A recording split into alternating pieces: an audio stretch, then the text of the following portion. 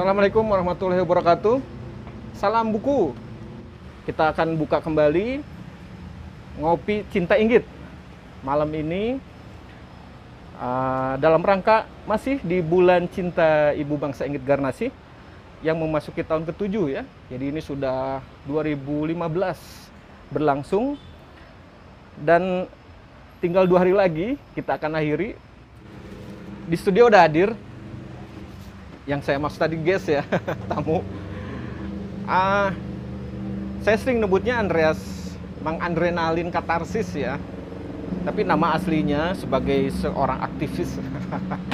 Ada Andreas Arifin, pegiat buku, saudagar buku ya. Bener deh Katarsis ini, Katarsis Book ini. Kita panggil aja ya, Mang Andre, gabung Mang. Mang. Oh siap. Sehat-sehat, kumaha kabar? Alhamdulillah, selalu prokes, Selalu podcast. Aduh. salam pram. Salam pram. Inggiters Biasa, sebagai salam Inggiters. Inggiters. Mandre, Mandre itu kan orang Ciamplas ya. Ciamplas. Berapa menit Mang sini Mang? Gampang ini kebun seni ya paling. Sana di belakang, belakang Sabuga. Gang Beling. Jalan Siliwangi Dalam, Medina KTP memang Jalan Siliwangi Dalam, tapi karena aksesnya yang terlalu tidak memungkinkan gitu untuk saya menerima COVID dan sebagainya, yang sebetulnya tidak memungkinkan gitu, tapi anehnya di ranah buku mah masih terus hidup. Aman lah ya, jalan masih terus aman, lah. Aman. Nah, Mang Andre kan asli Bandung, lahir di Bandung Mang. Bandung. Berapa lama Mang berbukuan teh? Mang Andre berbukuan dari kapan gitu? Seberapa Kalau ceyahnya lah di Bandung teh gitu? Di Bandung. Kalau menelusuri julur masa lampau gitu ya, kan perbukuan itu dimulai dari kita ambil ke belakang di masa Orde Baru lah ya. Ketika Orde Baru. Oh, zaman reformasinya. Ketika reformasi terjadi, kemudian selang beberapa tahun kemudian terjadilah apa yang disebut sebagai booming buku. Booming buku itu kisaran tahun 99-2000-an lah ya. Penerbit alternatif yang kemudian memproduksi buku-buku wacana yang pada tahun-tahun sebelumnya di masa Orde Baru itu sangat dilarang, kemudian tumbuh gitu, berkembang di masa reformasi. Dan di Bandung khususnya kisaran tahun 2001-2002 sampai 2008 lah ya. Sampai 5 tahun setelahnya. Ada di situ Mang Andre ya posisi ada dalam putaran yang disebut sebagai toko buku alternatif Mang. Toko buku alternatif gitu tahun. Boleh sebutin nggak apa toko bukunya Mang Andre? Waktu itu yang saya masih ingat ada Ultimus, ada Tobucil, ada Dasmuterland, terus Rumah ada Rumah Buku yang sekarang jadi Kineruku. Ya. Kemudian ada distributor Lawang Buku, Asa Kasebat. Terus dan banyak lagi lah yang lainnya. Baca-baca. Baca-baca. Di sini kan ada nih, baca-baca ya di Sabuga ya. Di Sabuga. Nah, Mang Andre sendiri di toko apa, Mang? Waktu itu sebagai punggawa buku. Karena konflik kepentingan dan memang keadaan gerakan pada waktu itu, gerakan mahasiswa khususnya waktu itu kemudian split dan mengharuskan pegiat-pegiatnya untuk menentukan. Mang, sambil ngopi, Mang. Oh ya santai. Sambil ngopi, Mang. Untuk menentukan nasibnya sendiri-sendiri lah gitu ya. Akhirnya ada yang memilih jadi aktivis buku, ada yang memilih jadi aktivis partai dan sebagainya. Nah kebetulan saya jalan sunyi lah Mang Andre manya. Memilih untuk jalan sunyi lah gitu. Di buku. Tetap di buku gitu. Waktu itu saya gabung dengan Dasmuterland ya. Dasmuterland dulu di Ciamplas. Wah, cakep pisan. Di Ciamplas dekat Sultan Plaza waktu Sultan itu. Plaza. Nah, kalau sekarang jadi hotel di Cokro. Grand Cokro. Iya. Nah, di situ. Ya itu kekiniannya mungkin teman-teman bisa membayangkan ya Mang Andre ini sudah berkecimpung di perbukuan gitu kan, dan pastilah ini kenapa Mang Andre duduk di sini ada maksud lah pasti maksud. Ya. Kaitan Mang Andre di buku, terus kemudian ada Bu Inggit nih cerita bawa buku Kuantar ke Gerbang nih. Kuantar ke Gerbang ini sangat buku Babon ya. Buku Babon.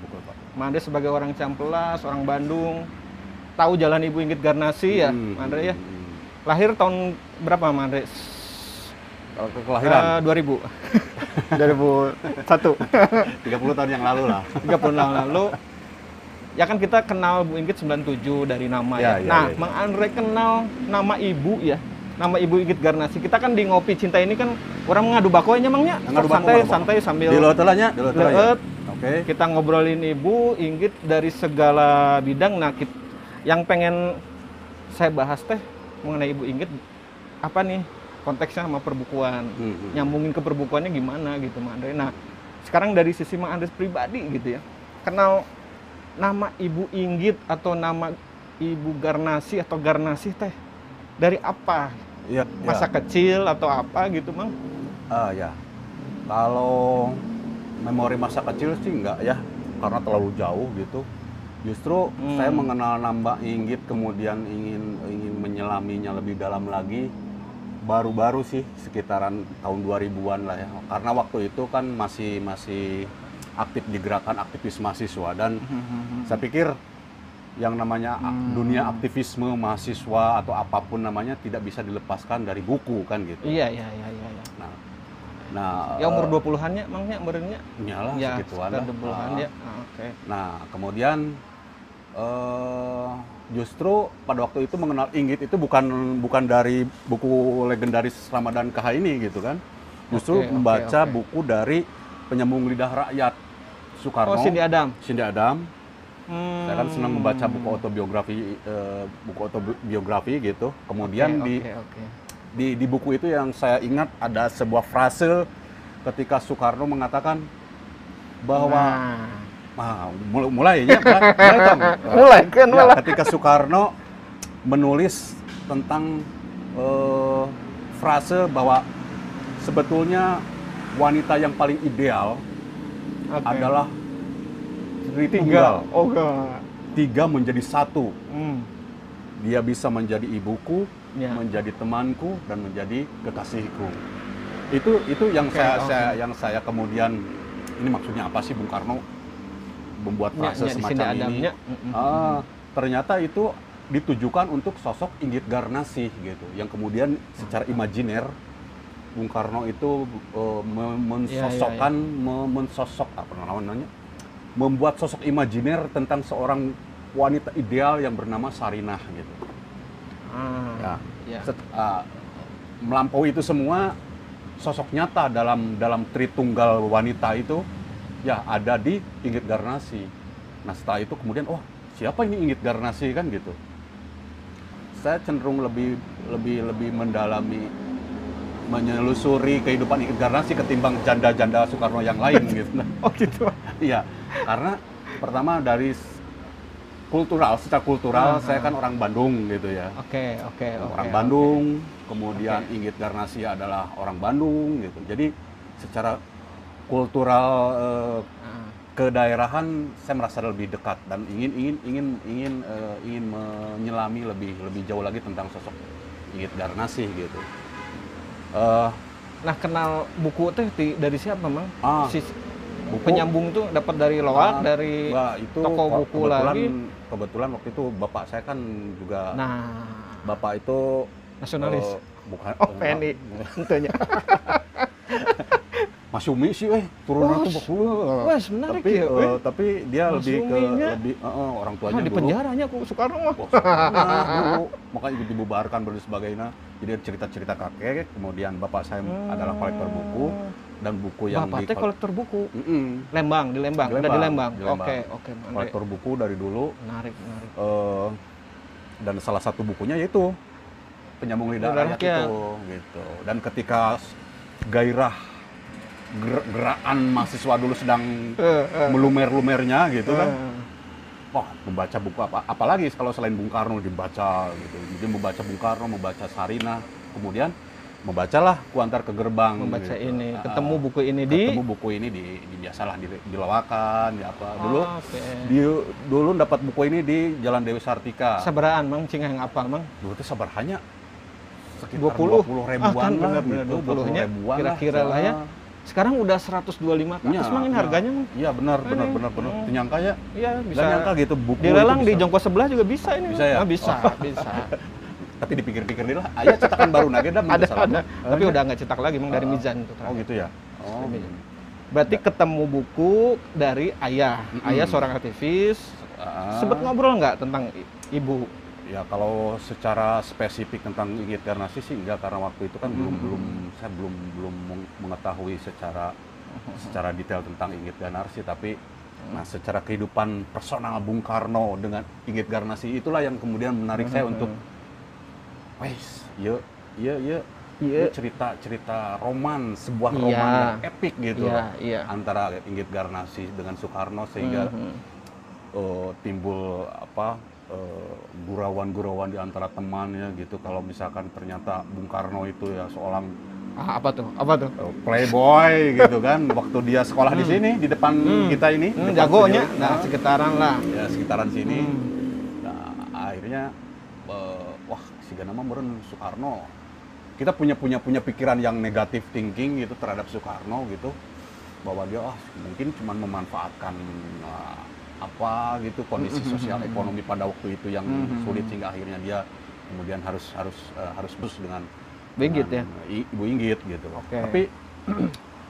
Tapi pada dasarnya begini ya, bahwa ada sebuah kisah paradoks sebetulnya dari kehidupan cinta Inggit dengan Soekarno. Itu termasuk yang diperdalam tentang Bu Inggit ya? Ya. Karena waktu itu kan sebetulnya hubungan cinta antara Inggit dan Soekarno itu ketika kita tarik ke belakang kehidupan personalnya Soekarno itu sebetulnya kan kurang kasih sayang gitu. Sebetulnya adalah pribadi yang kesepian sebetulnya Soekarno. Sosok yang kesepian akan curahan kasih sayang seorang ibu. Sejauh ini kan jarang ada pemberitaan atau apa gitu ya tentang jarangnya publikasi bahwa Ibunda Soekarno Nyoman Iriarai itu jarang terpublikasi begitulah gitu. Artinya ada satu hubungan yang kurang harmonis gitu ya antara Soekarno dengan ibunya. Iya. Dan kemudian itu diceritakan Bung Karno juga kan sebenarnya kan posisi. Nah dia itu berkeluh kesah, kemudian mengidealkan sosok wanita yang lebih tua gitu yang bisa memomong dirinya, yang tempat jadi sandaran dia punya perasaan gitu. Terbukti Utari nggak masuk ya, nggak Utari kan nggak lama juga kan. Iya. Karena konteksnya Inggit, kemudian ke Inggit gitu. Sedikit Mang sebelum break, yang diperdalam lagi selain soal romantisme apa Mang?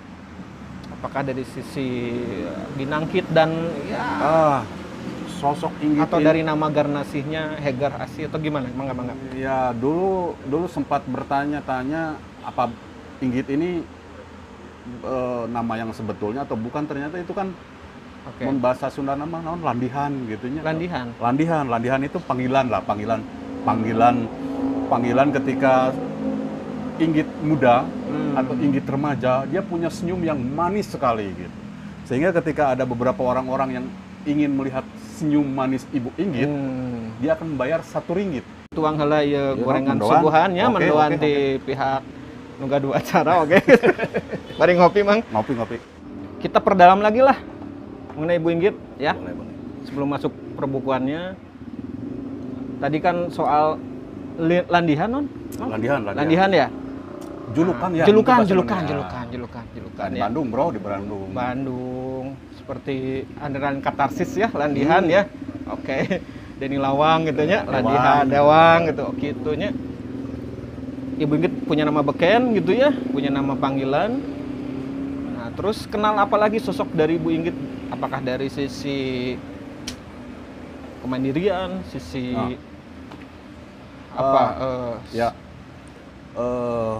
yang menarik dari sisi kekasih ibu, tadi pas satu lagi teh sahabatnya. Kekasih dan ibu. Jadi menariknya sosok Inggit Garnasi itu begini.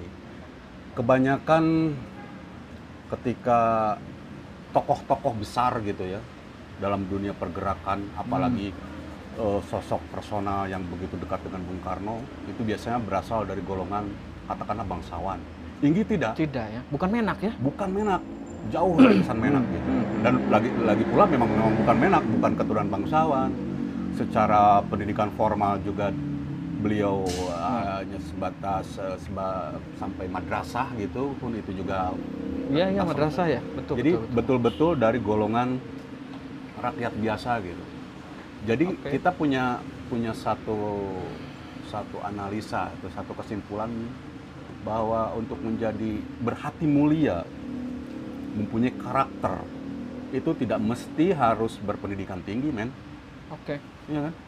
Catat emang ya? Iya. Contohnya Inggit Garnasih gitu. Kurang tokoh apa dia? Tapi dari kepribadiannya beliau ini kita banyak mengambil satu sisi pelajaran yang maha penting bahwa berbicara tentang kesetiaan, berbicara tentang karakter, berbicara tentang integritas seorang perempuan, khususnya perempuan Sunda itu sih idealnya ya Inggit Garnasih gitu. Ketika dia ikhlas gitu ya.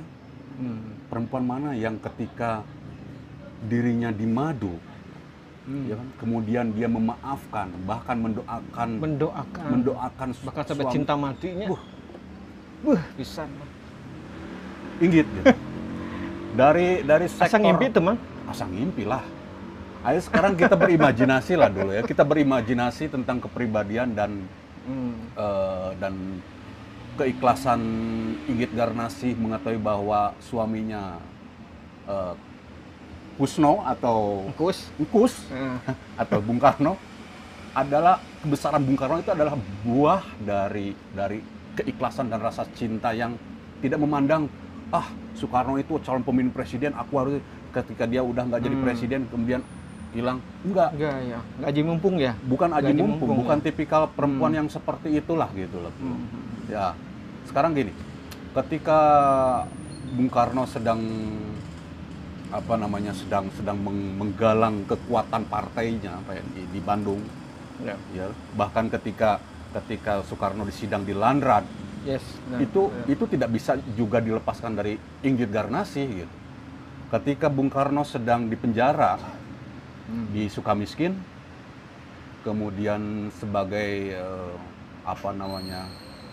pelahap buku gitu kan, ketika Bung Karno dikerangkeng dalam penjara itu dia diputus dari semua akses bacaan informasi. Dan ketika buku Pledoi Indonesia Menggugat itu lahir di penjara, Bung Karno itu butuh referensi buku bacaan. Siapa yang memasok menjadi kurir buku-buku Bung Karno dari Sukamiskin ke Sukamiskin itu adalah Inggit Garnasih. Ketika dia rela menguruskan tubuhnya gitu. Mungkin waktu Inggit Garnasih muda itu seperti inilah ya, cabi gitu kan. Ya. Sangat montok gitu ini setelah 45. Setelah 45. Ini zaman ini ya mungkin ya. Zaman inilah, zaman 30 tahun. Iya. Dia menguruskan badannya hanya demi untuk memasukkan beberapa buku ke dalam bajunya gitu, jadi di balik bajunya, untuk dia kemudian berjalan dari Ciatel gitu. Kita bisa berimajinasi lah, gitu. Berapa kilometer dari Ciatel ke Ujung Berung gitu.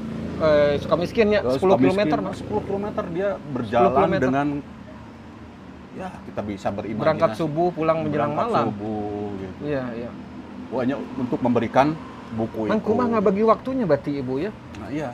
Dia harus dagang jamu, di satu sisi harus kelontongan segala macam dia kebutuhan menghidupi dirinya sekaligus mendanai juga mungkin ya gerakan Soekarno. Ngopi-ngopi wae mah gitu nya. Ngopi-ngopi wae mah tah aya danaya gitu, keur bala-bala keur naon gitu. Nya seueur tamuna teh kan. Yang namanya gerakan itu kan diskusi itu nggak ada kopi, nggak ada logistik, nggak ada udut, aduh. Anarkis nantinya. Berontak gitu, bro. Nah, siapa yang memasok itu kemudian?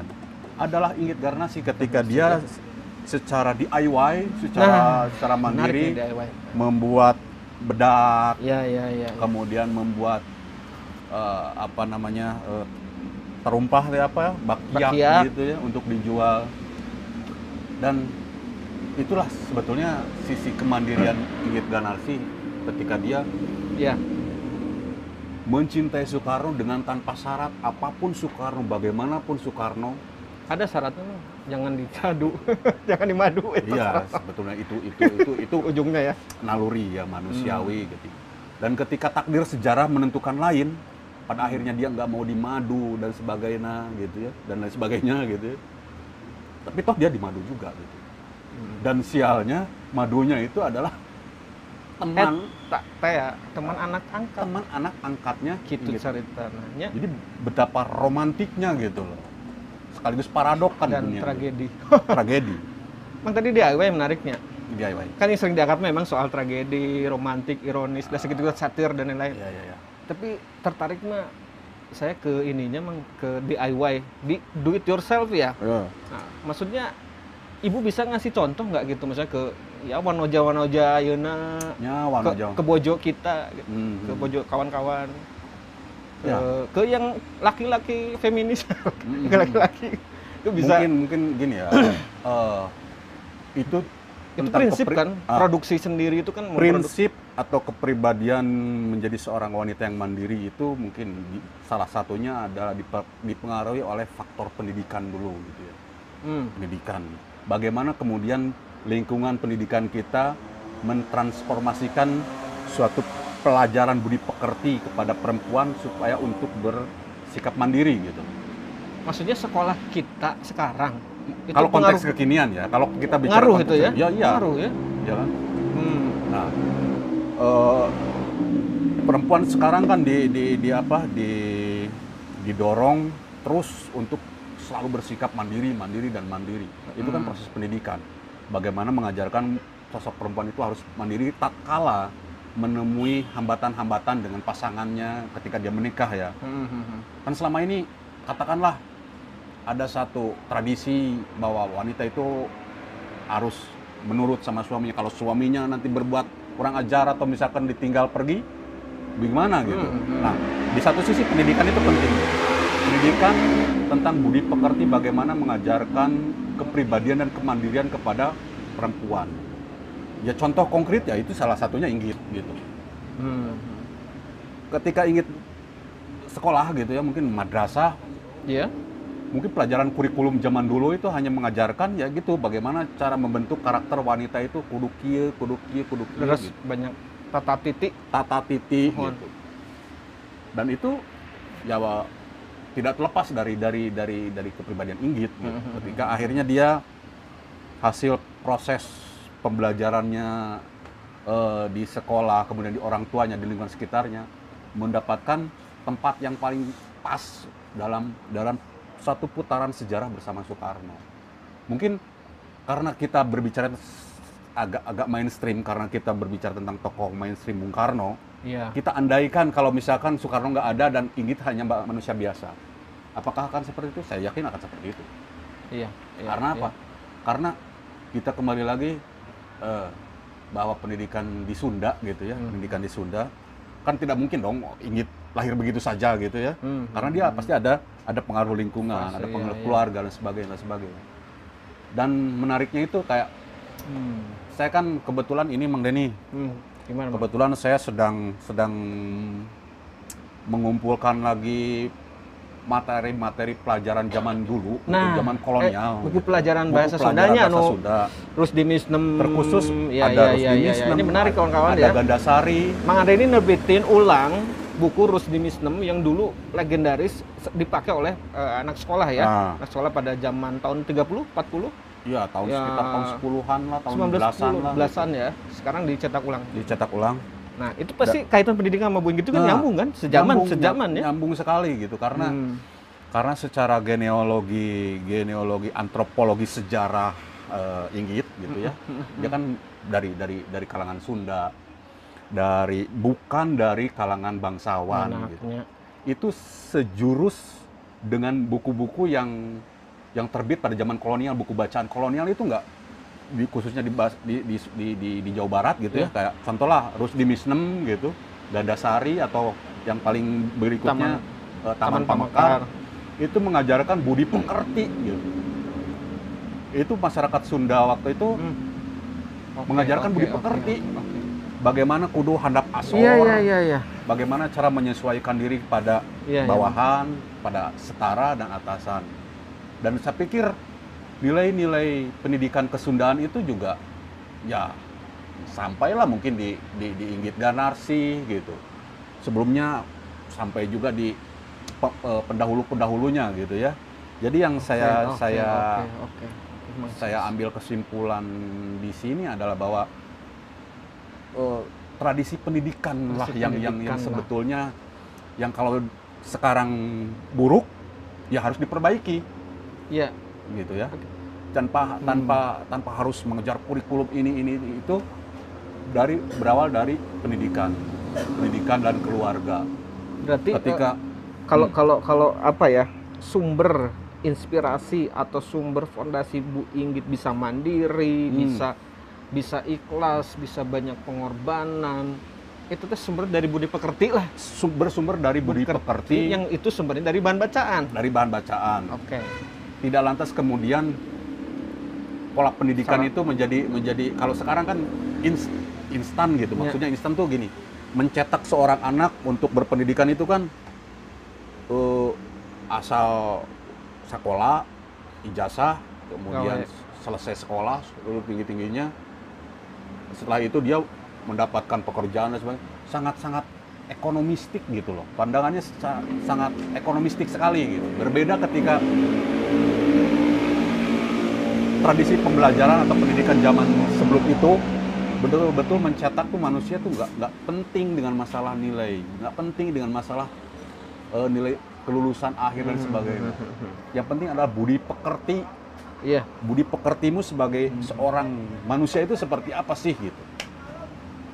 Contoh misalkan kayak Rusdi gitu ya, tokoh Rusdi itu kan tokoh cacah gitu, tokoh yang bukan siapa-siapa gitu. Dia berasal dari kampung pinggiran, kemudian dia terpesona oleh proses sekolah gitu ya. Dan di sekolah itu dia mendapatkan budi pekerti. Bayangkan saja zaman-zaman dulu bilang ke guru itu juragan guru gitu. Juragan guru apa segala macam. Itu dipelajari sih. Nah, dalam konteks Inggit ini, nilai-nilai budi pekerti itu menyerap menjadi satu karakter. Betul. Tapi dengan catatan juga non kooperatif ya, terhadap kolonial. Iya. Jadi budi pekerti itu universal ke siapapun, termasuk kolonial juga mungkin yang disorotin Ibu mah lebih ke sistemnya ya. Tapi ketika itu sistemnya memeras, menghisap rakyat gitu kan, Bu Inggit ada di posisi yang membela posisi kaumnya ya, yang menderita lah istilahnya, yang diwakili, yang diperjuangkan sama Bung Karno kan. Betul. Gitu. Jangankan Inggit garasi yang katakanlah bagian dari masyarakat cacah gitu ya. Bahkan golongan feodal juga waktu itu ya sebetulnya dia juga sedang ditindas oleh kolonialisme juga gitu. Iya, sama-sama. Kan gitu. Betul. Nah, berangkat dari situlah kemudian Inggit mengaktualisasikan dirinya sebagai perempuan yang berkepribadian gitu. Iya. Berkepribadian akhirnya dia kemudian usaha sendiri, kemudian dia berjalan kaki apa segala macam gitu ya. Dan itu menunjukkan bahwa dia tidak bergantung pada siapapun gitu. Termasuk ketika ke Bung Karno-nya sekalipun gitu, ke suaminya. Setelah cerai pun dia tetap pribadiannya tetap halus gitu. Dalam arti kata di sini adalah dia tetap mendoakan. Kalau sekarang kan mantan mah bosnya tuh mantan lah gitu. Naon sih gitu kan. Oh, gitu nyamangnya. Masih banyak gitu cowok-cowok yang lain di dunia ini kan begitu kan berpikirnya kan gitu. Tapi kan karena ini adalah tokoh sentral sejarah gitu ya. Di dalam satu putaran kehidupan pribadi Bung Karno tidak bisa dilepaskan mang gitu sosok Inggit itu. Iya.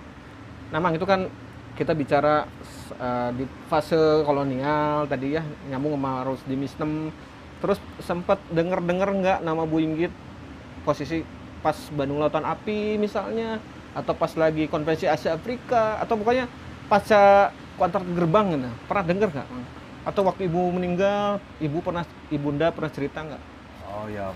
Atau dari tetangga atau apalah itu gitu. Kan, mungkin kita acak aja lah, random lah. Random. Mangga, Mas Andre.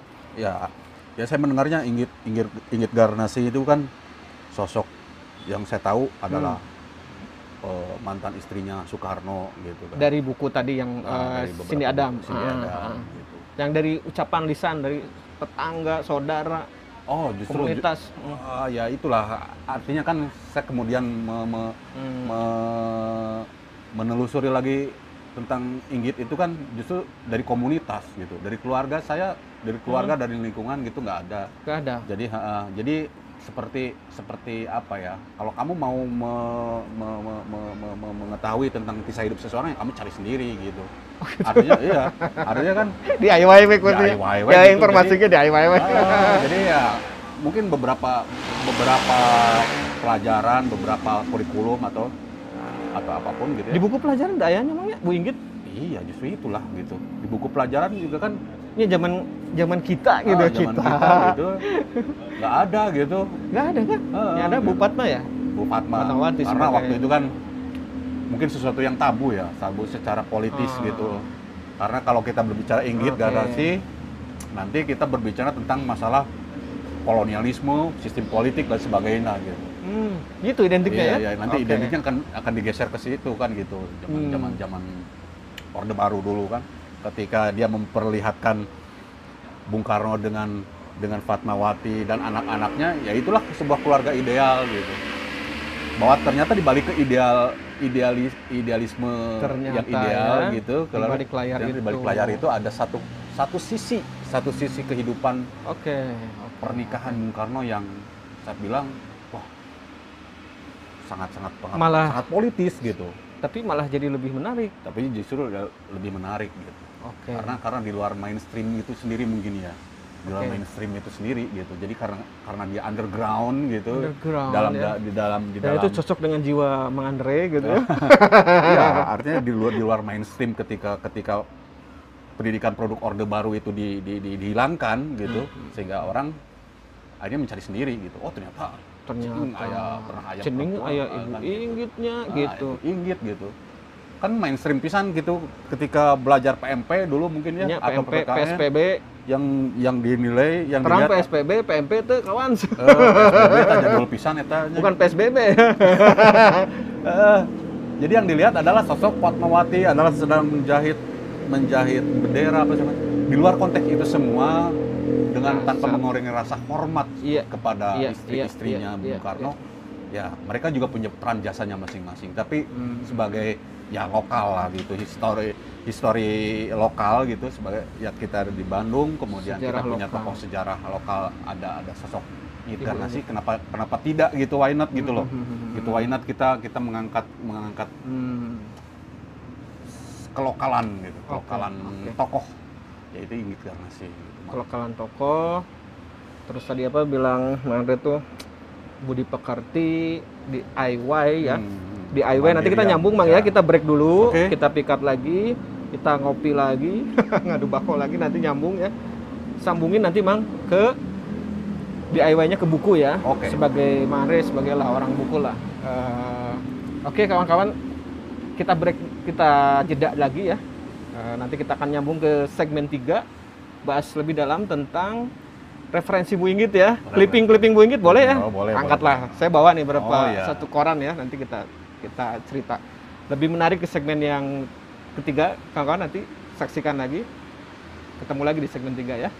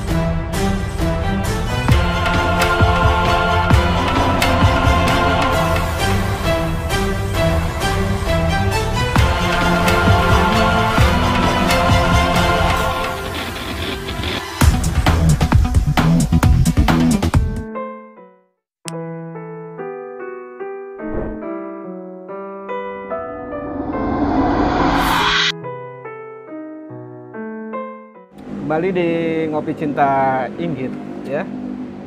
Sponsor Oh, ini teh. The Cardinal. Oh, The Cardinal. Sponsor pendukung lah biasa ke teman-teman kolektif mah. Oh, mantap. Ya guys, salah satu bentuk kemandirian. Nanti di pikat udah dijelasin lah teman-teman bagaimana bergerak ya. Kawan-kawan tadi banyak cerita dari sosok Bu Inggit ya, Mang. Nah, sekarang kan dari sisi irisannya Mama Bu Andre lah sebagai pegiat buku. Pegiat buku termasuk saudagar, penerbit, pembuat event, event buku, pegiat komunitas sejarah, Mang. Ya. Sejauh mana sih perkembangan wacana Ibu Inggit atau sosok Ibu Inggit di dunia perbukuan? Atau mungkin kalau bahasa kami mah ada istilah bibliografi Inggit Garnasi teh udah banyak belum sih? Oh, iya. Atau sempat hilang nggak sih? Gitu. Saya sempat terbitin ini karena ngerasa hilang kan nggak ada buku lain gitu, Mang. Ya betul. Jadi ada satu missing link ya antara ada missing link. Jadi waktu itu kan kita hanya berpacu ke buku ini aja. Kok ada ke gerbang kan, babon terus ya. Tapi sebetulnya di balik itu ada mungkin ada artikel-artikel lepas lain di beberapa media massa yang sudah sulit untuk diakses gitu. Dan berkah dari komunitas-komunitas buku ada diantaranya pegiat-pegiat buku yang lebih referensial yang menitik beratkan pada naskah-naskah lama. Contohnya Mang Denny lah. Oh gitu, iya. Mang Denny dan beberapa teman yang lainnya. Naskah maksudnya clipping ya. Lebih ke mencari artefak-artefak dokumentasi lawasan gitu ya. Ada di koran-koran, kemudian di clipping sedemikian rupa gitu. Sehingga wacana Inggit ini kemudian hidup kembali, apalagi ketika Mang Denny menerbitkan ini ya. Ya, Mang. Menerbitkan buku-buku tahun clipping. Kemarin, Nah, ya, seri pustaka clipping. Seri pustaka clipping ya. Inggit Garnasi ini kan menghidupkan lagi ruh Inggit Garnasi gitu. Artinya marwahnya itu kembali dihidupkan kembali gitu dengan clipping, dengan daya ingat yang diikat oleh clipping. Clipping itu kan sebetulnya untuk mengingat kan gitu, mengikat ingatan atas satu peristiwa dan kemudian peristiwa itu diikat, diabadikan oleh Mang Denny dalam bentuk buku clipping ini kan. Iya. Jadi sebetulnya saya cukup tertarik ya dengan beberapa kegiatan komunitas sejarah yang concern, salah satunya juga kemudian mencoba lebih ingin mendalami lagi dengan Inggit Garnasi sosoknya gitu kan. Dan yang menarik itu beberapa peristiwa lah ya, kayak misalkan bagaimana kemudian rumah Inggit Garnasi itu direnovasi sedemikian rupa sehingga kemudian publik bisa memasukinya gitu untuk mengenal Inggit lebih dekat gitu. Kemudian dulu saya pernah ada satu viral sebetulnya dulu beberapa tahun yang lalu gitu ya. Saya ketika jalan-jalan ke daerah Ciatel melihat plang dulu teh kapan atuh? Sekitar 5 tahun yang lalu lah. 2015 ya. Iya, waktu masih Ridwan Kamil wali kotanya. Ya. Oke. Jadi waktu kota Bandung masih menata kotanya sedemikian rupa, tapi ada yang luput gitu loh. Ketika itu saya sedang lewat jalan Ciatel, ada plang jalan Inggit Garnasi. Ah, bisa gitunya. Iya. Garnasi atau Garnasi? Garnasi. Saya sampai melototkan mata. Waduh, Garnasi. Wah, ini ada kecelakaan sejarah. Foto, Mang, Dipoto. Setelah dipoto saya unggah di Facebook atau Twitter gitu. Masih ada jejak digitalnya. Menarik. Ada gitu. Adalah gitu kalau nggak salah. Kemudian saya tag orang-orang yang berkaitan dengan stakeholder ini gitu. Stakeholder. Masa sedemikian buta gitu. Parah. Berarti kan kalau gitu ada missing link gitu. Sebetulnya nama Inggit Garnasi itu nggak terlupakan gitu. Tidak terlupakan. Ini mah kan biasanya ya kekeliruan tuh Garnasi atau Ganarsi, Mang? Iya mah Gamasihnya. Gamasi. Gamasi. G-A-M-A-S-I-A. Iya. Gamasi. Kemudian saya foto, kemudian saya unggah dan Viral. selang viral, sempat viral. Setelah itu beberapa minggu kemudian saya lewat lagi, wih udah diganti dengan ditambahi dengan ukiran-ukiran. Cepat respon ya. Ada huruf Sunda. Oh. Nah, berarti kan fast respon gitu. Pas respon, Ya, tapi inilah fast slow info. Slow info. Slow info. Gitu. Ini Fast informasi. respon, oke. Seandainya kalau itu diabaikan gitu kan, orang akan kemudian mengingat bahwa Inggit itu namanya Inggit Gamasih, gitu. Selesai gitu. Itu berapa lama nangkringnya ya si Nah pelangnya? itu Mang? dia gitu. Nah itu salah satu cacat ya, cacat informasi di Dari nama aja dulu lah ya. Di kita lah gitu ya, di kota Bandung ini. Tapi kemudian marwah Inggit Garnasi ini dihidupkan lagi lewat diskusi-diskusi semacam ini oleh pegiat-pegiat buku gitu. Cik mang buku naon apa pernah ngangkat wacana Bu Inggit? Cik we lah, Salah satunya pernah, ya udah pasti yang Kuantar ke Gerbang, KH. Ya, Bandung KH. Kemudian yang kekinian itu ada buku dari Lawang Buku. Ya. Kemudian sebelumnya ada penerbit Ombak tuh Reni Iya, biografi Inggit Garnasi ya. Biografi Oke. Inggit Garnasi juga dan beberapa buku-buku yang lain lah gitu lah ya. Pak Suganda, Jejak Soekarno, Nah, iya, masih iya. hafal ya, berarti ada itu. Pokoknya kalau berkaitan dengan fase ketika Soekarno di Bandung, nah itu tidak bisa dilepaskan dari sosok Inggit Garnasi sebetulnya gitu. Oke. Nggak bisa dilepaskan gitu. Jadi berkah. Ini ya gimana terus? Berkahnya berkahnya media sosial itu juga kan kemudian Dari medsos ya, merangkul Oke, semua peminat Bang. sejarah.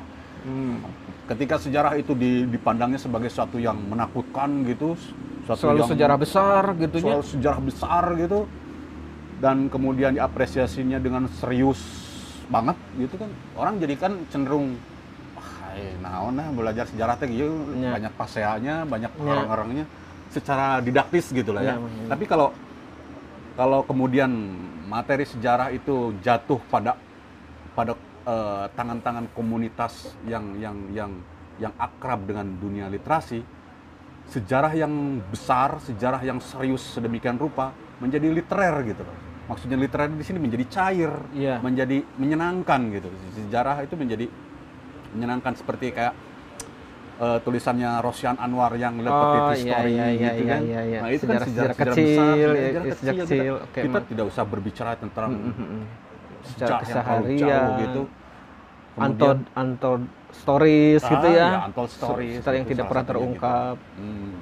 Dan sebetulnya Mang Denny juga dari Lawang Buku juga udah berusaha menuju ke sana untuk mengungkapkan Memang kembali. masuk ya, Mang ya? Kembali, Iya. udah mengungkapkan untold stories gitu. Ketika semuanya kan berpatokan pada arus besar kayak Kuantar ke Gerbang. Kuantar ke Gerbang dan autobiografi Cindy Adam. Cindy Adam, dua itu. Nah, Bu Reni jarang diangkat juga. Bu Bu Reni Reni. jarang diangkat gitu. Padahal itu Ada kendala nggak sih? Maksudnya apakah dari sisi ya mungkin arus politik lah, atau yang ngomong itu besarnya lah, atau misalnya orang karena tadi missing link udah nggak kenal, cuma nama jalan doang gitu. Akhirnya nggak ada inisiatif atau apa untuk inisiatif bikin. kita kembali lagi Mang Andre ke sempet nggak kepikiran bikin buku tentang Bu Inggit? ya sempat juga sih sempet. ya sempat gitu kan, sempat juga, tapi kembali lagi mentok pada akses data gitu. Akses data ya? Akses data. Ketika sebetulnya gini, kalau misalkan pemerintah, kita harus menyalahkan satu lokus yang harus kita persalahkan di dalam konteks ini, yaitu pemerintah gitu loh. Mau tidak mau kita harus menyalahkan mereka yang tidak menyediakan akses. Contoh sekarang oke lah, perpustakaan jauh gitu. Akses sekarang mudah. Tapi kemudian ketika kepedulian pemerintah kota terhadap tokoh pahlawannya, yang sejauh ini saya lihat udah mulai ngeh ya terhadap itu. Iya. Tapi kita kemudian kita kembangkan lagi, kita push lagi supaya bagaimana museum apa namanya, museum Inggit Garnasi Rumah Inggit Garnasi itu bersejarah Inggit Garnasi. dijadikan satu bank data tentang Inggit Garnasi. Oke. Jadi ketersediaan akses bacaan yang menyangkut dikumpulkan di satu tempat. Di situ di rumah bersejarah di rumah bersejarah. Idealnya seperti itu ya, yang saya bayangkan begitu. Karena kan, aduh, saya mesti kemana lagi mencari akses gitu kan, apa segala macam gitu. Jadi selain foto-foto, artefak benda non buku, buku pun harus ada tentang itu ada di sana. Harus ada. Sebenarnya udah ada sih Mang rak kecil di situ, Mang, di belakang. Ya lebih bagus lagi dibikin semarak oleh peminat Inggit Garnasi yang lain gitu. Inggiters, oh iya, oleh Inggiters gitu, oleh Inggiters yang lain untuk menulis ulang lagi gitu. Akses data, menulis ulang lagi tentang Inggit, semakin banyak bacaan tentang Inggit, semakin banyak sudut pandang. Dari sudut personal, apa feminis kah, apakah Sunda, wanita Sunda, apa segala macam, itu menjadi ideal gitu, karena apa ya, sosok Inggit Garnasi ini tidak akan habis digali untuk dijadikan satu museum kenangan, satu tonggak pribadi. Museum kenangan. Bahwa citra perempuan itu ini loh ideal gitu loh. Oke. Idealnya sekarang kan orang kamu harus mendapatkan jodoh tuh yang berpendidikan tinggi, gawe sekian. Tapi kenyataannya kan nggak semuanya harus seperti itu juga kan gitu. Tapi kita melihat dari sudut pandang yang sederhana gitu, sudut pandang perempuan atau pasangan yang apa adanya, tapi dia menyimpan pemikiran yang dalam, punya keikhlasan hati. Jadi saya pikir pembelajaran itu nggak usah jauh-jauh gitu tentang sosok feminis, tentang sosok perempuan, sosok anarko gitu. Gitu. Inggit Garnasi aja. Ke Ciatel aja ya, ke jalan Inggit Garnasi aja. Gitu. Kita jalan-jalan ke Ciatel. Naik angkot gitu. Atau naik bawa motor deket lah ya. Langsung lah ya. Kan gampang kan, dari Lengkong tuh lurus. Nah berarti Mang Andre kalau misalnya soal wilayah dekat terus sudut pandang ya, kan ada komunitas sejarah, Mang Andre aktif ya dulu di komunitas sejarah ya. Nah ada Bandung Tea dan lain sebagainya lah. Nah sempet nggak langsung datang napak tilas gitu loh? Kalau dulu bergerombol dengan komunitas sih enggak, tapi sempat sekali lah datang ke rumah Inggit Garnasi gitu. Sempat datang. Dari komunitas sempat, yang waktu Mang Andre sempat datang untuk waktu itu belum Pak Tito atau gimana? Belum mengadakan jelajah ke situ. Belum. Karena waktu itu kan rutin ya, ada jelajah ke rumah ini.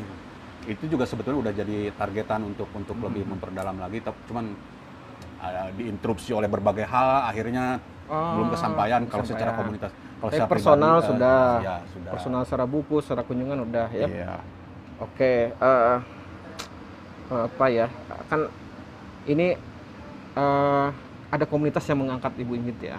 Nah, tanggapan misalnya Lokra atau Aliwahana sekarang kan ada ada yang bikin jadi karya seni lirik musik, ada tari yang mendeskripsi. Jadi ada Aliwahana oleh teman-teman komunitas nih. Iya. Ada monolog ya, monolog Happy Salma dan itu sebagai salah satu itu contoh. Gimana Aliwahana tuh dari komunitas atau dari salah satu contoh interpretasi atau menafsirkan wacana hidup lagi kan? Wacana Inggit Garnasi itu yang tadinya kaku beku di dalam satu dokumentasi lusuh sejarah gitu kan. Akhirnya dibangkitkan dalam berbagai bentuk. Berbagai bentuk visual. Kayak misalkan oleh kenal sama yang namanya Gatot. Gatot mah ya. Itu sebagai asa kenal itu. Asa kenalnya kurang kenal. Iya, dia sebagai pemantik. Sebagai pemantik untuk menghidupkan marwah Inggit dan konsistensi. Kemudian Happy Salma kenal? Kenal. Dia pernah sebagai pramis juga ya beliau ya. Menggelar erat kaitannya. Monolog Inggit Garnasi, bukti-bukti bikin balada syair tentang Ibu Inggit. Jadi kemudian kenangan-kenangan itu ada lukisan juga, Mang, lukisan dari Holis tuh. Perupa Bandung juga bikin tentang Bu Inggit. Ya, selain lukisan dan sebagainya, pematung. Kemudian ada diskusi-diskusi semacam ini, kemudian menghidupkan lagi ada tagar Bulan Cinta Inggit Garnasi termasuk upaya ya? Salah satu upaya untuk menghidupkan lagi sebetulnya, menghidupkan lagi. Tapi yang yang harus ditekankan di sini adalah bagaimana kemudian bukan sekadar menghidupkan lagi marwah Inggit Garnasi, tapi mencontoh, kemudian meniru, mengaplikasikan kepribadian Inggit Garnasi tentang masalah keikhlasan, kemandirian. Nah, itu bisa dipelajari. Dan kemudian usaha kawan-kawan yang mengupayakan untuk tumbuhnya lagi Inggit Garnasi itu juga sebetulnya itu adalah kerinduan terhadap itu gitu, ya, ke arah sana. Kosong ya. Supaya jangan ada missing link lagi lah. Oke. Mang, ini ada skip dulu ya, ada pertanyaan nih dari Instagram. Dari akun Melaku Sejarah. Mengapa Ibu Inggit tidak disebut First Lady? First Lady? Cek saya mah First Lady mah. Kalau buat saya mah. Ya konteksnya kalau misalkan first itu kan pertama gitu, yang pertama. Maksudnya urusan RI 1 gitu, maksud gimana Bang itu? First Lady gitu Bang. First Lady itu kan istri. Mengapa nggak disebut? Istri dari seorang RI 1 gitu. Penting nggak sih sebetulnya? Nggak penting juga nggak sih. Penting juga. Kemudian dan Inggit juga nggak mengharapkan itu toh. Nah. Dia justru ketika Soekarno sedang berada di dalam suatu kancah revolusi, ya, untuk memerdekakan Indonesia dari tindasan kolonialisme, justru itulah yang harus dilihat. Pribadi Inggit itu berada di dalam kancah perjuangan Bung Karno gitu. Dan ketika Bung Karno sudah dalam bahasa Ramadan KH antar ke gerbang, ya Inggitlah sebetulnya mengantarkan Bung Karno ke sana. Setelah itu dia nggak menginjak istana, dia nggak ya di istana dia bersama yang lain gitu. Bung Besar ini bersama yang lain, dia cukup mengantarkan sampai. Harus jangan lupa bahwa lu sampai ke sini itu ada the real First Lady. Ada the real First Lady dalam tanda petik ya Bu Inggit. Jadi kalau sekarang kan First Lady itu yang konteksnya udah berada di dalam istana, kehidupan mewah gitu kan. Justru yang mengantarkan Bung Karno ke gerbang kemerdekaan adalah sosok Inggit. Bagaimana kemudian saya selalu gemetar gitu ya kalau misalkan sedang berada di game, ketika saya mau berimajinasi Bung Karno di sini, dia saya yakin pledoi Indonesia menggugat itu nggak akan pernah lahir tanpa ada Inggit kok gitu. Di mana sih aksesnya coba? Akses terhadap bacaan itu ditutup ya. Gitu. Kemudian yang membukakan itu, yang kuantar ke gerbang pengetahuan Bung Karno itu ya Inggit lagi-lagi. Ya bagaimana harus menguruskan badan ini, hal-hal seperti itu. Ya, jadi harus dicontoh akses informasi ini buat para pegiat literasi ya, atau buat pemerintah atau buat pegiat komunitas. Bukalah akses informasi itu, jangan dikekep sorangan gitu. Gitu. Ya kalau kita berkesadaran literer ya. Nah, lain konteks kalau misalkan orangnya memang udah pelit, yang nggak usah pelit mana makan itu aja gitu, orang urusan gitu. Tapi kalau kita memang berkesadaran literer gitu, ya mari kita punya kesadaran untuk menghidupkan marwah ini dengan kita membuka akses informasi dari pemerintah tadi ya, ada bank data di mana rumah Bu Inggit. Jangan perpustakaan itu jangan berpenampilan seram lah gitu loh. Enggak Mang, udah enak Mang, tinggal masalah akses jauh nomor dengan kita di sini mah ya. Teknis gitu ya. Tapi kalau misalkan kayak beberapa perpustakaan kan terlalu formal. Tapi lagi-lagi kita harus berterima kasih kepada komunitas-komunitas sejarah yang sudah berbagi wacana tentang buku, tentang apa. Jadi justru pembelajaran yang bisa diambil dari dunia perbukuan, dari tokoh itu tidak terasa justru bisa diambil dari komunitas literasi gitu. Kita belajar Inggit aja sebetulnya saya nggak belajar dari kurikulum resmi pemerintah, justru malah saya belajar dari komunitas gitu, belajar dari teman-teman gitu. Akhirnya tersadarkan kemudian dari luar sekolah, gitu. Pendidikan luar sekolah ya, dari komunitas. Betul. Pentingnya komunitas itu ya, kita bisa tahu sejarah kecil. Iya, pentingnya komunitas. Ada perhatian nggak pemerintah sama komunitas sejarah Mang Andre ini? Kurang kurang ya. Konkretnya pengennya kayak gimana Mang? Ya konkretnya ya misalkan adakanlah gitu, misalkan ruang-ruang yang disediakan oleh pemerintah bagi komunitas-komunitas sejarah atau apapun yang berkaitan untuk kepentingan kotanya sebetulnya gitu. Iya. Sekarang kan cenderung mandiri ya. Cenderung mandiri gitu. Komunitas-komunitas masing-masing ya. bergerak masing-masing gitu. Okay. Tapi ketika ada event-event baru ceyah gitu. Dan buat saya itu Tapi semangat DIY dari komunitas itu ya nggak usah bergantung pada pemerintah. Biarkan aja lah pemerintah berjalan dengan rodanya sendiri, kita pun punya rodanya masing-masing gitu. Termasuk kayak Bulan Cinta Inggit Garnasi harus terus dipertahankan. Betul, ya maksudnya gitu. Buat apakah dengan begini kita mengharapkan 1 abad ke depan memang? 1 abad ke depan bisa. Iya, bisa dimungkinkan gitu kalau misalkan memang komunitasnya berjalan dengan daya, dengan data dan dana. Itu komunitas sejarah untuk mengungkapkan atau mengangkat tokoh manapun itu saya yakin akan terus bersinambungan. Tapi dalam konteks kekinian ya hanya inilah yang bisa saya lakukan gitu untuk menghormati pahlawan kita. Itu ngomong pahlawan untuk menghormati pahlawan, untuk menghormati ibu bangsa. Ibu gitu. Kita pahlawan lah. Ya. Harusnya kan idealnya dia sebagai pahlawan, kan memang ideal dia sebagai pahlawan gitu. Tapi tidak tercantum sebagai pahlawan nasional, memang itu ya, pernah dicoba tahun 2008, tapi kandas lah. Ya itulah, karena kan untuk penting gitu enggak? Mengajukan sebagai pahlawan kan perlu beberapa. Tapi udah jadi pahlawan di mata Mang Andre. Ya, pahlawan sebagai personal gitu kan, apalagi dia tercatat di dalam satu buku. Karena kita tahu sepak terjangnya Inggit seperti apa, berdampingan dengan Bung Karno, terlepas dari ideologi apapun, terlepas dari masalah pribadi Bung Karno dengan beberapa perempuan-perempuan yang lain gitu, ya tetap aja kita harus menghormati Ibu Inggit ini sebagai sosok pahlawan. Gitu. Pahlawan itu nggak hanya sekedar dia mengangkat bedil, jeder.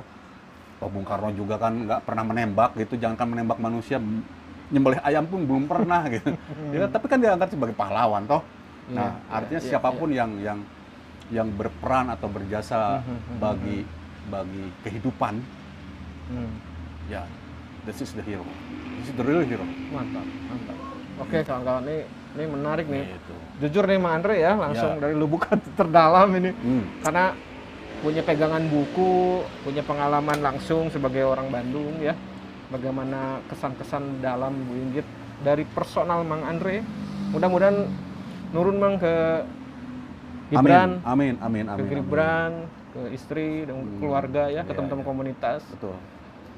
Kita positive thinking apa yang Ibu karena kan menurut Ki Hajar Dewantara itu kan begini. Gimana? Pendidikan yang paling utama adalah dimulai dari keluarga. Kemudian dari lingkungan. Kemudian dari sektor formal gitu kan. Nah, dari keluarga dulu. Gitu. Nah, dari faktor keluarga ini kita punya contoh ya, minimal punya contohnya adalah budi pekerti, kan baik urusan matematika, fisika dan sebagainya itu urusan sekolah guru utama gitunya. Tapi kan yang paling ditekankan adalah bagaimana membentuk kepribadian seorang anak didik itu lewat dia punya kepribadian. Berkepribadian. Budi pekerti ya. Budi pekerti ya. Oke, mantap. Catat nih. Sip, udah penghujung nih kayaknya. Segmen 3. Tadi kita bicara soal Bu Inggit, mendalam, Mang Andre, perkenalan dari hal paling kecil dari awal ya, terus kemudian bicara tentang buku Mang Andre ya, bibliografi Bu Inggit gitu ya. Ada desain, ada buku, ada koran, clipping. Ini saya bawa contoh yang ini yang belum diterbitin, Mang. Ini belum masuk dalam kisah istimewa Inggit Garnasi. Ini nih koran, Mang, tahun 80. Saya dapat dari Malang. Malang dikabarin sama Mang Jus Air. Mang Jus Air paling rajin ngabarin. Iya benar. Gitu kan. Mang, nih ada koran. Roni Rudal. Wah, langsung buru kontak gitu kan. Di sini ada foto ketika Fatmawati mengunjungi Bu Inggit. Di sisa usia terakhir sebelum meninggal Bu Fatma dan kemudian disusul Ibu Inggit. Ini kabarnya ini beritanya bersambung, Mang. Ini cuman headline, tapi headline-nya ini luar biasa headline. Ini berita nasional. Sebenarnya ini tidak masuk ke wartawan kabarnya ya, tapi akhirnya ada wartawan yang masuk gitu kan, sampai meliput dan tersebar luas ya waktu itu.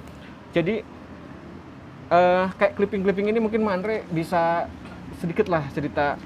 Mang Andre pernah ngeliping tentang Ibu Inggit atau tentang Bung Karno, jejak-jejak buku Kuantar ke Gerbang, sempet nggak gitu? Ya mungkin bisa. Waktu itu kalau untuk mengclipping sih, karena waktu itu dapat koran koran apa gitu ya. Kemudian ada artikel, ya saya gunting. Saya selalu menyisihkan waktu untuk mengclipping selain berita yang aktual, kemudian dari biografi, karena kan lebih cenderung seneng menyukai bacaan-bacaan biografis gitu ya. Dan ada beberapa clipping, nggak saya bawa sih dari banyakan dari pikiran rakyat, dari PR, kemudian saya clipping, dan upaya mengclipping itu kan upaya mengikat ingatan gitu. Iya. Kalau misalkan kita hanya membaca koran, setelah itu disimpan kemudian hilang begitu saja, jadi bungkus. Jadi bungkus apa? Tapi karena ini ada satu feature yang menarik gitu, kemudian kita ingin awetkan dengan cara menggunting dan menempel dan menjadi clipping. Iya. Gitu. Dan tradisi itu sebetulnya harus lebih dipelihara ya, ketika apalagi sekarang kan media cetak itu udah gulung tikar dan kembang kempis gitu, sehingga tradisi mengclipping itu sudah semakin terkikis, semakin langka. Dia itu DIY juga emang ya, DIY dalam informasi ya. DIY informasi untuk mengelompokkan atau menyimpan secara khusus. Secara khusus mengikat makna dari informasi ya. Ya. Oke, menarik. Gunanya mengclipping itu kan supaya memudahkan saja, nanti kita butuh akses data apa, ada di clippingnya. Oke, Andre nanti kapan-kapan kita bisa tunjukkan ya clipping Andre ya. Boleh. Tidak harus tentang Bu Inggit, tentang Bandung mungkin ya, lebih khusus ya tematik Bandung ya. Andre, sebelum kita tutup di kesimpulan, ini ada pesan dari panitia mengenai kuis nih, Andre. Kemarin tadi saya sempat lihat sih di IG story-nya Lokra. Lokra ini kan rajin tuh naikin terus story gitu kan. Terus di feed di teman-teman juga yang terlibat dalam kolektif ini juga diangkat ya acara Bulan Cita Inggit Garnasi. Ini ada kuis, Mang. Bisa baca ini, Mang ya. Saya baca pertanyaannya. Okay. Siapakah nama dua anak angkat Ibu Inggit Garnasi? Nah, tadi sudah sempat masuk berapa belas orang kalau nggak salah tadi info dari Gatot. Jawaban yang benar itu coba Mang dibacakan, Mang, jawabannya, Mang. Ya, ini. Siapakah nama dua anak angkat Ibu Inggit Garnasi? Yang B ya. Nama dua anak angkat Ibu Inggit Garnasi. Jawabannya ya. Ratna. Lihat kamera, Mang. Lihat kamera. Jawabannya Ratna, Juami, dan Kartika. Oke. Sekarang saya bacakan dari orang yang menjawab benar ya, nomor urut 1 nih, Mang. Atas nama Yuda Sena Wijaya. Betul ya, Mang ya? Oh ya. Sudah Sena Wijaya. Akun Instagramnya Yuda Senau. Pemenangnya mendapatkan buku kisah-kisah istimewa Inggit Garnasi. Oke, selamat dapat buku ini ya. Selamat. Kang Yuda. Selamat Kang Yuda. Bung Yuda, selamat. Nanti bisa kontak ke Lokra. Ke Lokra aja ya, ke akun Lokra. Jadi jangan lupa follow akun Lokra, follow 301, follow Katarsis Book, Lawang Buku. Jangan lupa subscribe ini untuk channel ini. Subscribe di YouTube ya, jangan lupa itu penting tuh, karena penting. untuk update besok dan seterusnya. Oke, ini closing nih, Mang. Kita udah sejam lebih kayaknya nih ya, bahas kaitan Mang Andre, dari perbukuan, dari pribadi sebagai orang Bandung, kemudian dari komunitas sejarah, dan tentunya yang kemarin-kemarin getol mengangkat buku pelajaran jadul ya. Gus Dimistem, Gandasari, Taman Pamekar. Ternyata ada benang merah bahwa ini ketemunya di sini ya, di Ngadu Bako Ngopi Cinta Inggit Garnasi. Saya juga dapat pengalaman baru, info baru bahwa budi pekerti itu menjadi hal yang paling dasar untuk atau pendidikan budi pekerti itu penting, dan itu pasti ada kaitan dengan bagaimana Bu Inggit tumbuh ya pada masanya. Saya kira anak zaman juga pasti berubah-berubah, Mang. Sekarang yang zaman gawai, gadget, segala macam informasi datang silih berganti gitu ya. Tapi saya yakin namanya budi pekerti itu universal. Dan itu ada di keluarga tadi ya. Kita kembangkan dari diri sendiri dan keluarga. Betul. Dan pihak-pihak yang terkait yang disebut sebagai stakeholder ini jangan lupa ada akses informasi yang bisa ditembus lah sama komunitas sejarah, sama penerbitan Indi. Jangan ditutup lah informasi tentang Inggit, buka aja ya. Buka aja. Karena yang namanya sejarah itu pasti akan terbuka sendirinya, Mang. Nah, jadi tadi udah kita ungkap ya, kawan-kawan, dari sisi personal, kemudian dari sisi tadi yang penting itu filosofi budi pekerti Mang Andre ya. Betul, Dan bagaimana betul. Supaya nanti kalau tidak ada budi pekerti, orang boleh sekolah setinggi langit, tapi tanpa budi pekerti dia akan jadi kurang ajar. Kurang ajar, akan jadi maling nantinya gitu. Tapi setidaknya kalau dia punya budi pekerti, kalau dalam bahasa Sunda tuh bisa jadi koruptornya Mang. Bisa merenahkeun maneh, bisa DP handap asor, nyok kaseluhur, nyok kasandapeun gitu, nyok kasasama. Itu minimal itu modal dasar, modal kultural menjadi seorang terpelajar lah gitu. Iya. Tapi tetap punya prinsip ya, Pak Ibu ingat juga kan. Daripada prinsip kalau misalnya soal di madu dan lain itu tidak bisa ditawar-tawar lagi oleh itu. Maksudnya tetap ada prinsip ya. Kita setiap orang pasti punya alasan personal. Oke kawan-kawan, terima kasih Mang Andre, nuhun pisan. Sami-sami, terima kasih semuanya. Kita akhiri ya. Boleh. Ngopi Cinta Inggit ini, tapi belum akhir nih. Ada cenderamata Mang. Asli dari Lokra dan kawan-kawan kolektif. Alhamdulillah. Dari 301 dari kawan-kawan semua nih. Ini semua nih. Wah, sama radionya atau apa? Ampli atau apa nih? Ampli atau apa? Mari ini sebagai bentuk kenang-kenangan, saya ambil dulu yang ini ya, Mang ya. Kenang-kenangan dari Yayasan Ibu Inggit Garnasi untuk adrenalin katarsis. Hatur nuhun. Sebagai narasumber, Mang. Selamat pisan, Mang. Hatur nuhun, wilujeng. Sami, hatur nuhun. Bade disimpan di pasti di Pupusti ya Mas sebagai Pupusti, ruang tamu. Iya. Ya. Kantenan. Bisa dipakai pameran, Mang. Wah, mantap. Ini dari sponsor. Oke. Ada dari Jalapati Hani, Baruna Jaya, aromaterapi. Wah, ini mantap. Mahkota apa ini? Baruna Jaya dah. Ya. Nanti kita sebutkan di akhir ya, Mang ya. Iya, mangga. Ini ada kalender. Wah, ini ada gula semut. Jeung ngopi, Mang. Cocok pisan. Ngopi bawa kabojong, Mang. Siap. Atur nuhun Brown Sugar Taniku. Nah, ini satu lagi target mana 2001 nerbitin 10 buku, Mang. Atau 21 buku. Wilujeng Mang pisan. Oleh-oleh nak, katampi pisan. Simpan di Mang. Oke. Kagok. Simpan lagi sini aja ya, Mang ya? Iya, boleh. Oke. Terima kasih. Kenang-kenangan yang lainnya adalah saksikan terus channel YouTube dari 301 karena itu akan tersimpan jejak digital dokumentasi yang paling awet. Betul. Dan jangan lupa besok ada seri Kopi Cinta lagi, Mang. Terakhir. Besok. Dua kali lagi. Besok terakhir Sabtu 27 Februari 2021. Terima kasih buat teman-teman yang mendukung acara ini. Saya sebutin lagi ya. Ada dari Yayasan Ibu Inggit Garnasi, kemudian Orloh Gravenstichting, Lawang Buku, 301 Studio, Sambal Keju, Cap Ambu, oleh-oleh buku Bandung, Jongko Sebelah, Merawat Kopi, Balaruna Musik, Baruna Jaya Aromaterapi, Fraga Musik, Handbin Goods, Rivera Farms, Padepokan Pasir Ipis, Sanggar Reakti Belat, Kuipit, Slobon, Kopi Nujon, The Koordinat 269, Semak, Jalapati Hani, Maharaku Dance Company, Koran Sampur Merah. Ya. Sekian kawan-kawan. Nih saya kumpulin tuh karena nih. Kita udah ngopi bareng Mang Andre. Terus wacana Ibu Inggit terus hidup.